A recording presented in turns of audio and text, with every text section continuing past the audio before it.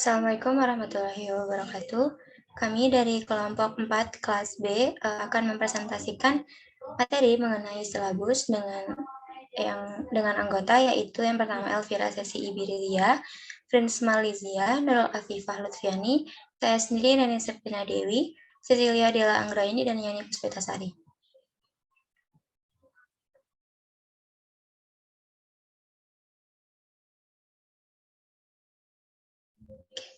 Pembahasan yang pertama yaitu mengenai pengertian silabus. Menurut Nomor 60 tahun 2014 tentang kurikulum 2013 sekolah menengah atas atau madrasah mendefinisikan silabus sebagai rencana pembelajaran pada suatu mata pelajaran yang mencakup kompetensi inti, kompetensi dasar, mata pembelajaran, kegiatan pembelajaran, penilaian, alokasi waktu, dan sumber belajar. Berdasarkan cakupan yang terdapat pada definisi silabus dapat diuraikan sebagai berikut. Menurut Permendikbud nomor 24 tahun 2019, kompetensi inti pada kurikulum 2013 merupakan tingkat kemampuan untuk mencapai standar kompetensi lulusan yang harus dimiliki oleh seorang peserta didik pada setiap tingkat kelas. Nah, untuk KI ini itu didasarkan pada SKL, standar kelulusan. Kemudian yang kedua, menurut Permendikbud nomor 24 tahun 2016, kompetensi dasar merupakan kemampuan dan materi pembelajaran minimal yang harus dicapai peserta didik untuk suatu mata pelajaran pada masing-masing satuan pendidikan yang mengacu pada kompetensi inti. Nah, pada KD ini itu mengacu pada kompetensi inti. Kemudian yang ketiga, mengenai materi pokok, itu memuat fakta-fakta, konsep, prinsip, dan prosedur yang relevan dan tertulis dalam bentuk butir-butir sesuai dengan rumusan indikator pencapaian kompetensi termuat dalam Permendikbud nomor 22 tahun 2016. Kemudian yang berikutnya yaitu mengenai pembelajaran. Yang berikutnya yaitu mengenai penilaian. Penilaian merupakan proses pengumpulan dan pengolahan informasi untuk menentukan pencapaian hasil belajar peserta didik yang dimuat dalam Permendikbud nomor 22 tahun 2016. Penilaian seharusnya dilaksanakan melalui 3 pendekatan, yaitu assessment of learning atau penilaian akhir pembelajaran. Yang kedua, assessment for learning, penilaian untuk pembelajaran. Dan yang ketiga, assessment as learning, penilaian sebagai pembelajaran. Yang berikutnya yaitu mengenai pembelajaran.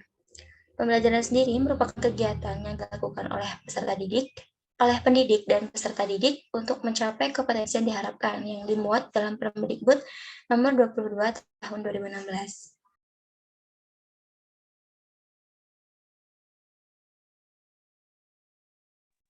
Kemudian untuk alokasi waktu ini sesuai dengan jumlah jam pelajaran dalam struktur kurikulum untuk 1 semester atau 1 tahun. Nah, alokasi waktu ini dibuat berdasarkan pada protah dan promes yang didasarkan kembali oleh kalender akademik, yang mana untuk alokasi waktu sendiri termuat dalam Permendikbud nomor 22 tahun 2016. Kemudian yang berikutnya yaitu mengenai sumber belajar. Berdasarkan Permendikbud nomor 22 tahun 2016, sumber belajar dapat berupa buku, media cetak, dan media elektronik, alam sekitar, atau sumber belajar lain yang relevan. Kemudian untuk pembahasan mengenai 3 pendekatan pada proses penilaian akan disampaikan oleh rekan saya. Pada Frinsma, dipersilakan. Baik, sebelumnya terima kasih atas kesempatannya. Saya akan melanjutkan mengenai penilaian, yang dimana penilaian ini yaitu assessment of learning atau penilaian akhir pembelajaran, assessment for learning atau penilaian untuk pembelajaran, dan assessment as learning atau penilaian sebagai pembelajaran. Assessment of learning ini merupakan penilaian yang dilaksanakan setelah proses pembelajaran selesai. Proses pembelajaran selesai ini tidak selalu terjadi di akhir tahun atau di akhir peserta didik menyelesaikan pendidikan pada jenjang tertentu. Setiap pendidik melakukan penilaian yang dimaksudkan untuk memberikan pengakuan terhadap pencapaian hasil belajar setelah proses pembelajaran selesai. Berarti pendidik tersebut melakukan assessment of learning. Adapun contoh dari assessment of learning ini seperti ujian nasional, ujian sekolah, dan berbagai bentuk penilaian sumatif. Selanjutnya yaitu assessment for learning. Assessment for learning ini dilakukan selama proses pembelajaran berlangsung dan biasanya digunakan sebagai dasar untuk melakukan perbaikan proses belajar mengajar. Dengan assessment for learning, pendidik dapat memberikan umpan balik terhadap proses belajar peserta didik, memantau kemajuan dan menentukan kemajuan belajarnya. Berbagai bentuk penilaian formatif, misalnya tugas, presentasi, proyek, termasuk kuis merupakan contoh dari assessment for learning. Yang terakhir yaitu ada assessment as learning, yang memiliki fungsi yang hampir mirip dengan assessment for learning, yaitu berfungsi sebagai formatif dan dilaksanakan selama proses pembelajaran berlangsung. Bedanya yaitu assessment as learning ini melibatkan peserta didik secara aktif dalam kegiatan penilaian tersebut. Dalam assessment as learning, peserta didik juga dapat dilibatkan dalam merumuskan prosedur, penilaian, kriteria, penilaian sehingga mereka mengetahui dengan pasti apa yang dilakukan agar memperoleh capaian belajar yang maksimal. Untuk pemaparan materi selanjutnya akan disampaikan oleh rekan saya.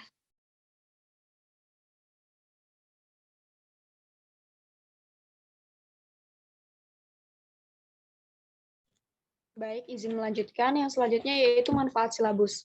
Manfaat yang pertama yaitu silabus memberikan pedoman atau acuan untuk mengembangkan pembelajaran lebih lanjut, seperti menyusun RPP, mengelola kegiatan pembelajaran, menyediakan sumber belajar, dan mengembangkan sistem penilaian. Lalu yang kedua yaitu silabus memberikan gambaran pokok-pokok program pembelajaran yang mencakup materi-materi pokok pembelajaran. Lalu manfaat yang ketiga yaitu silabus memberikan semacam ukuran dalam menentukan berhasil tidaknya suatu program pembelajaran, karena di dalam silabus terdapat indikator serta penilaian. Lalu untuk manfaat yang keempat yaitu silabus merupakan dokumen tertulis yang dapat digunakan sebagai akuntabilitas program pembelajaran. Akuntabilitas sendiri menurut Muhammad Alif tahun 2003 yaitu merupakan pertanggungjawaban atas keberhasilan proses belajar mengajar dan perkembangan peserta didik dalam mencapai tujuan pendidikan yang telah ditetapkan. Baik, selanjutnya saya kembalikan ke rekan saya. Baik, terima kasih. Di sini saya akan melanjutkan materi mengenai prinsip-prinsip dalam pengembangan silabus. Dalam melakukan pengembangan silabus, terdapat beberapa prinsip yang harus dilakukan. Di antaranya yaitu, yang pertama, itu ilmiah. Artinya, keseluruhan materi dan kegiatan yang menjadi muatan dalam silabus harus benar dan dapat dipertanggungjawabkan secara keilmuan. Kemudian yang kedua, harus relevan. Artinya, cakupan, kedalaman, tingkat kesukaran, dan urutan penyajian materi dalam silabus sesuai dengan tingkat perkembangan fisik, intelektual, sosial, emosional, dan spiritual peserta didik. Kemudian yang selanjutnya yaitu sistematis. Artinya, komponen-komponen silabus yang sebagaimana telah dijelaskan di awal saling berhubungan secara fungsional dalam mencapai kompetensi. Kemudian yang selanjutnya yaitu konsisten. Artinya, terdapat hubungan yang konsisten antara kompetensi dasar, indikator, materi pokok, pengalaman belajar, sumber belajar, dan juga sistem penilaian. Yang selanjutnya yaitu memadai. Artinya, cakupan indikator, materi pokok, pengalaman belajar, sumber belajar, dan sistem penilaian cukup untuk menunjang pencapaian kompetensi dasar. Kemudian selanjutnya yaitu aktual dan kontekstual. Artinya, cakupan indikator, materi pokok, pengalaman belajar, dan sistem penilaian memperhatikan perkembangan ilmu, teknologi, dan seni mutakhir dalam kehidupan nyata dan peristiwa yang terjadi. Kemudian prinsip yang selanjutnya yaitu fleksibel, artinya keseluruhan komponen silabus dapat mengakomodasikan keragaman peserta didik, pendidik, serta dinamika perubahan yang terjadi di sekolah dan tuntutan masyarakat.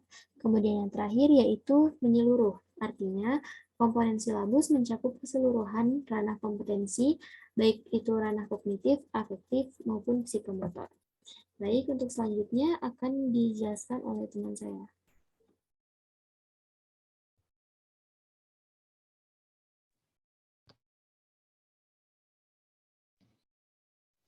Baik, saya akan melanjutkan mengenai langkah pengembangan silabus. Sebelumnya, silabus dikembangkan berdasarkan standar kompetensi lulusan dan standar isi untuk satuan pendidikan dasar dan menengah sesuai dengan pola pembelajaran. pada setiap tahun ajaran tertentu.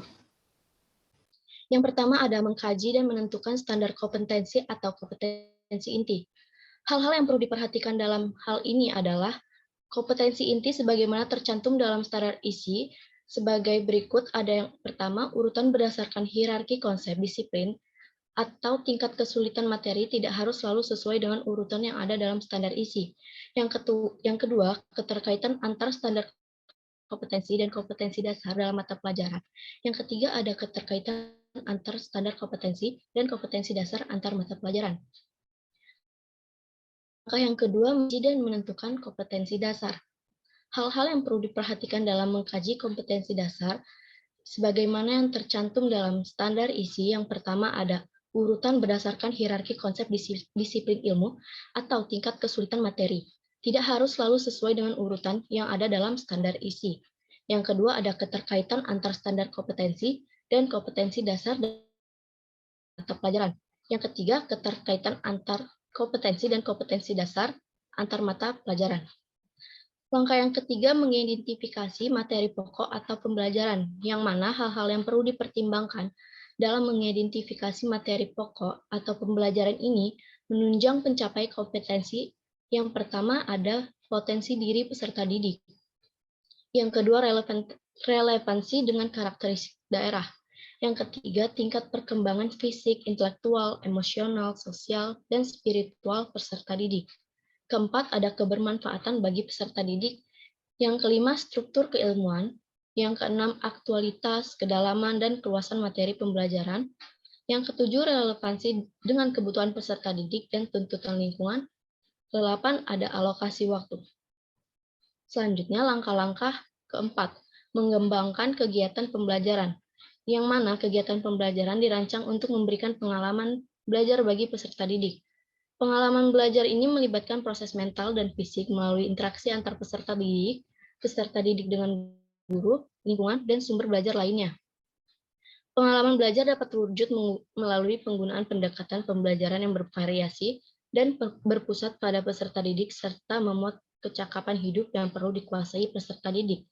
Hal-hal yang perlu diperhatikan dalam hal ini yang pertama ada kegiatan pembelajaran yang disusun untuk memberikan bantuan kepada para pendidik, khususnya guru, agar dapat melaksanakan proses pembelajaran secara profesional. Yang kedua, kegiatan pembelajaran memuat rangkaian kegiatan yang harus dilakukan oleh peserta didik secara berurutan untuk mencapai kompetensi dasar. Yang ketiga, kegiatan pembelajaran harus dengan hierarki konsep materi pembelajaran. Yang keempat, penentuan urutan kegiatan pembelajaran. Yang kelima, rumusan pernyataan dalam kegiatan pembelajaran minimal mengandung 2 unsur penciri yang mencerminkan pengelolaan pengalaman belajar siswa, dan yaitu kegiatannya dan materinya. Langkah-langkah yang kelima yaitu merumuskan indikator pencapaian kompetensi, yang mana indikator merupakan penanda pencapaian kompetensi dasar yang ditandai oleh perubahan perilaku yang dapat diukur yang mencakup sikap, pengetahuan, dan keterampilan. Indikator ini dikembangkan sesuai dengan karakteristik peserta didik, mata pelajaran, satuan pendidikan, serta potensi daerah, dan dirumuskan dalam kata kerja operasional yang terukur atau dapat diobservasi. Indikator ini digunakan sebagai dasar untuk menyusun alat penilaian. Langkah-langkah yang keenam, menentukan jenis penilaian. Penilaian pencapaian kompetensi dasar pendidik dilakukan berdasarkan indikator. Penilaian dilakukan dengan menggunakan tes dan non-tes dalam bentuk tertulis maupun lisan, pengamatan, kinerja, pengukuran sikap, penilaian hasil bentuk berupa tugas, proyek, atau produk, penggunaan portofolio, dan penilaian diri. Penilaian merupakan serangkaian kegiatan untuk memperoleh, menganalisis, dan menafsirkan data tentang proses dan hasil belajar peserta didik. Adapun hal-hal yang harus diperhatikan dalam penilaian yang pertama, penilaian diarahkan untuk mengukur pencapaian kompetensi. Yang kedua, penilaian menggunakan acuan manajemen kinerja, yaitu berdasarkan apa yang bisa dilakukan peserta didik setelah mengikuti proses pembelajaran dan untuk menentukan posisi seorang terhadap kelompoknya. Yang ketiga, sistem yang dirancangkan adalah sistem penilaian yang berkelanjut. Dalam arti semua indikator ditagih, kemudian hasilnya dianalisis untuk menentukan kompetensi dasar yang telah dimiliki dan yang belum dimiliki untuk mengetahui kesulitan siswa. Yang keempat, hasil penilaian dianalisis untuk menentukan tindak lanjut berupa perbaikan proses pembelajaran berikutnya. sebagai program remedi bagi peserta didik untuk mencapai kompetensinya. Yang kelima, ada sistem penilaian harus disesuaikan dengan pengalaman belajar. Selanjutnya, langkah-langkah yang ketujuh yaitu menentukan alokasi waktu. Penentuan alokasi waktu pada setiap kompetensi dasar didasarkan pada jumlah minggu efektif dan alokasi mata pelajaran per minggu. Hal-hal yang harus dipertimbangkan adalah jumlah kompetensi dasar, keluasan, kedalaman, tingkat kesulitan, dan kepentingan kompetensi dasar.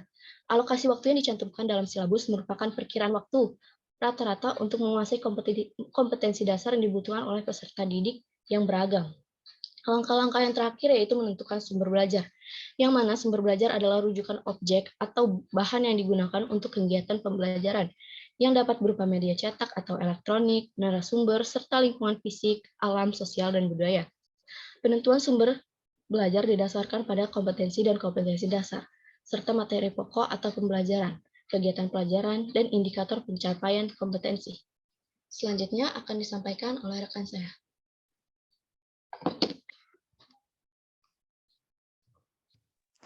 Baik, terima kasih. Mohon tolong izin share screen contoh silabus yang dari Kemendikbud, teman.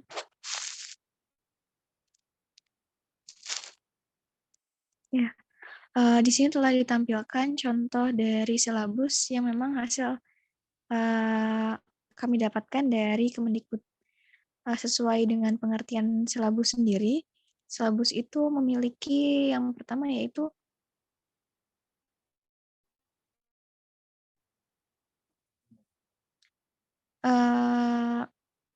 kompetensi inti.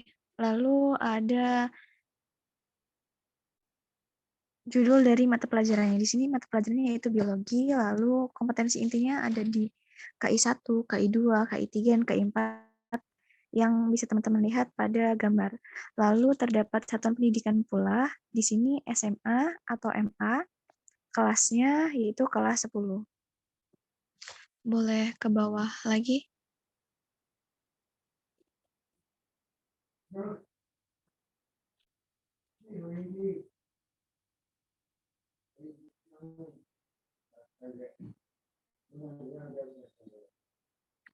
Ya, seperti tadi yang telah ke bawah lagi.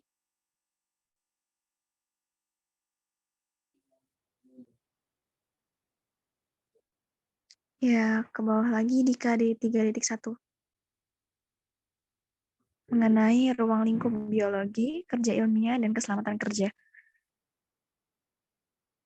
Nah, di sini telah dicantumkan contoh dari silabus dari Permendikbud nomor 59 tahun 2014.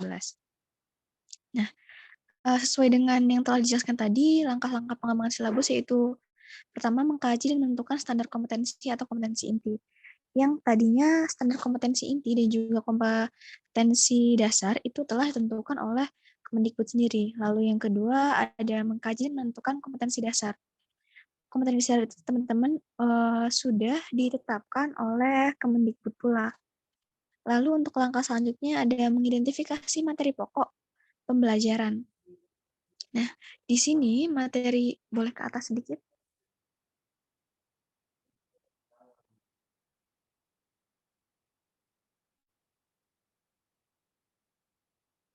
Ya, di sini dalam KD 3.1 yaitu memahami tentang ruang lingkup biologi. Untuk materi pembelajarannya bisa kita lihat yaitu yang dibahas ruang lingkup biologi ada permasalahan biologi pada berbagai objek biologi dan tingkat organisasi kehidupan. Lalu yang kedua ada cabang-cabang ilmu dalam biologi dan kaitannya dengan pengembangan karir di masa depan. Nah, untuk materi pembelajaran ini, seperti yang sudah disebutkan tadi, mengenai pengertian materi pembelajaran, yaitu memuat fakta, konsep, prinsip, prosedur yang relevan dan ditulis dalam bentuk butir-butir. Bisa kita lihat teman-teman di sini, materi pembelajaran atau materi pokoknya ditulis dalam bentuk butir-butir ya. Lalu selanjutnya ada langkah-langkah selanjutnya yaitu mengembangkan kegiatan pembelajaran. Kegiatan pembelajaran sendiri yaitu kegiatan dilakukan oleh pendidik dan peserta didik untuk mencapai kompetensi yang diharapkan. Nah, di sini pada KD ini, kegiatan pembelajaran yang dilakukan yaitu mengamati, di mana dalam hal ini Peserta didik mengamati kehidupan masa kini yang berkaitan dengan biologi seperti ilmu kedokteran, ilmu gizi, lingkungan, makanan, dan lain-lainnya. Lalu ada pula kegiatan menanya. Boleh sedikit ke bawah? Kegiatan bertanya ini menanya apakah kaitan kegiatan-kegiatan tersebut dengan biologi. Lalu ada juga apakah biologi apa yang dipelajari dan bagaimana. Lalu selanjutnya untuk langkah-langkah pengembangannya yaitu menentukan jenis penilaian. Untuk di sini jenis penilaiannya itu ada penilaian sikap. Untuk penilaian sikap yaitu observasi sikap ilmiah saat mengamati, melaporkan secara lisan dan saat diskusi dengan lembar pengamatan. Lalu ada juga untuk jenis penilaian yaitu penilaian pengetahuan di mana dapat di mana penilaian pengetahuan didapatkan dari tugas-tugas yang telah diberikan. Contohnya seperti laporan tertulis tentang permasalahan. Lalu ada, boleh ke bawah sedikit? Lalu ada juga berbentuk tes, seperti tes tertulis, atau membuat bagan dan skema. Lalu ada juga mengenai keterampilan portofolio. Kalau kita lihat teman-teman, di aspek penilaian ini, dia mencakup 4 aspek, yaitu aspek sikap, pengetahuan, 3 aspek maksud saya, yaitu sikap, pengetahuan, dan juga keterampilan. Lalu selanjutnya, langkah-langkah yang selanjutnya dalam pengembangan silabus yaitu menentukan alokasi waktu. Nah, alokasi waktu itu sendiri tadi sudah dijelaskan oleh teman kita Nurul Afifah, itu dilihat dari kalender akademik untuk waktu efektifnya. Selanjutnya yaitu menentukan sumber belajar.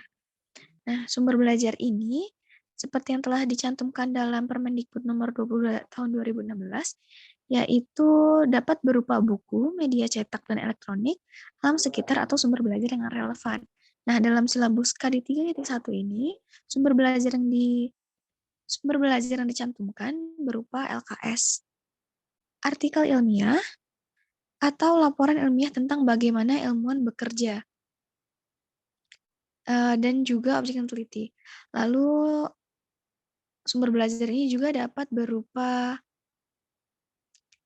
laporan tertulis, dapat berupa pula daftar peralatan di lab biologi, lembar tata tertib, dan juga dapat berupa buku panduan kerja lab. Mungkin tambahan lagi, jadi untuk pengembangan silabus ini kita juga perlu memperhatikan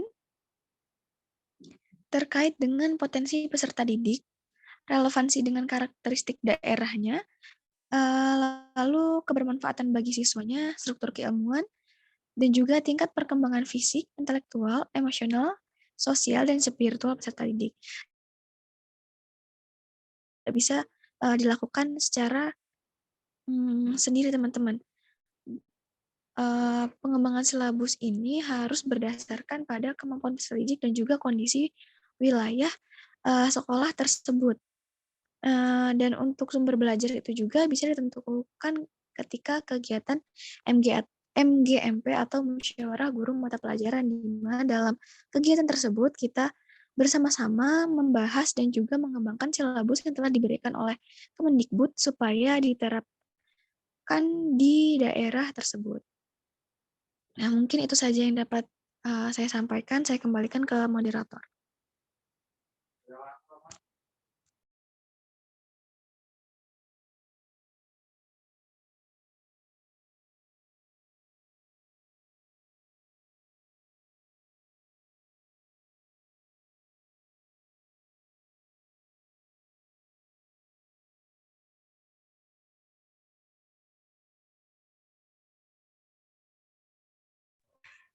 Kami rasa cukup sekian untuk presentasi. Kurang lebihnya kami mohon maaf. Kami akhiri. Wassalamualaikum warahmatullahi wabarakatuh. Waalaikumsalam warahmatullahi wabarakatuh.